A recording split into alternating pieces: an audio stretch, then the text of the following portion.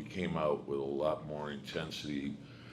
Our guys were flying around, and it was a big concern going into the game because obviously with the guys that they had out, putting more shooting on the floor and spreading us out, that was a big concern. But I thought our guys did a really good job of getting into the ball and then flying around, making a second and third effort, and also challenging shots. And so that makes a big difference. You don't have Nerlens Noel for that second half, but late in this game, before you brought Julius back in, you played small for a stretch. I mean, that's what you had tonight, but also it worked. What did you see from that small ball lineup? Yeah, and I thought RJ at the 4 was really good. And Drummond is a load to deal with, but then when they downsized that, we actually were putting Jericho into the game, but then they took out Drummond, and so they really downsized, and so we went with 5 smalls, and we had Obi, I think, in there at that time as well. Julius, last 5 minutes of the game, I mean, he hits big shot after big shot. That's what he does. But what did you see there? He was a monster all the way around. I thought the way the game started, the energy that he was playing with, he set the tone defensively. He and Nerlens were all over the place. Our guards were into the ball, and then the way Julius closed the game, it was one big shot after the next, and he did it in a variety of ways. It was the 3, attacking the board, and when he plays like that, it's it makes us a different team. Kemba didn't have the best shooting night, but how about those 2 plays right there where he hits the floater and then he Huge. Those are monster plays because the game is basically on the line, and that's who he is. There's no moment that's too big for him.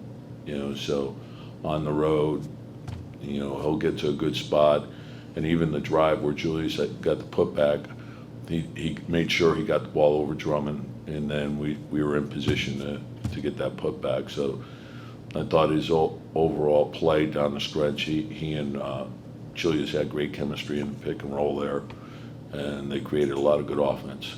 We talked before the game about Julius talking about they need to be more vocal. But what you saw today, is that sort of what he does, lead by?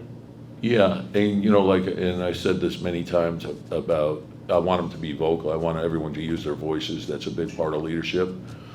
But I also want them backing it up with their actions. And the actions will always reflect one's priorities. And so when they're doing the right things, good things are going to happen. The defense was good. The rebounding effort was good. Sharing the ball, taking care of the ball, that was good. So, and there's still, we won today. There's, a lot to work on. It doesn't end. So we can't feel too good about ourselves. And that's what we're learning. And in this league, it's dangerous every night. Joe, any further update on Nerlens last week? I didn't get the update other than, it's his knee.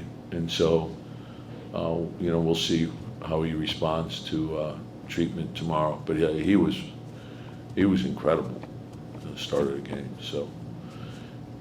Joe, I know these guys are pros, but it's only human nature. I mean, I'm sure they were looking at this game as a test against the Knicks Sixers. Did you sense any kind of need for them to kind of overcome the disappointment of having to play against a depleted team, or is that something that they? I'm sorry, I didn't hear all of it. No, I just said this is obviously a game that they had probably circled just because of the nature of the game, Knicks Sixers.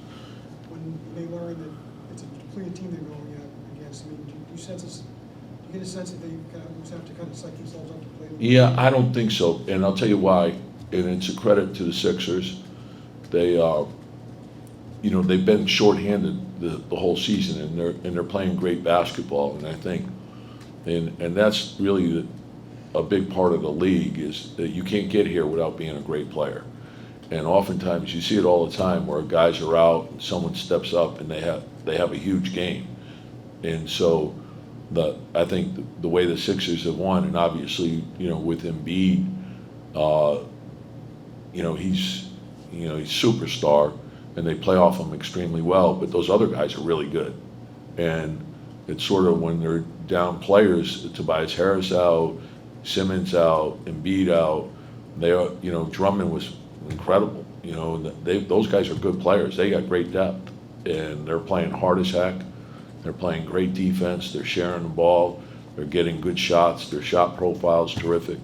You know, so that's how. And to me, you can never underestimate that in this league. So there's usually a player or two out almost every night now. You don't know who's going to be out, but the teams that are shorthanded play incredibly hard. And if you're not matching that intensity, there's a good chance you're going to lose. When Taj is playing with 5 fouls the final half of the fourth quarter or so, do you see him change the way he does? I mean, No. And if he, you know, like if he had gone out, Julius would have gone to the center position because they were playing.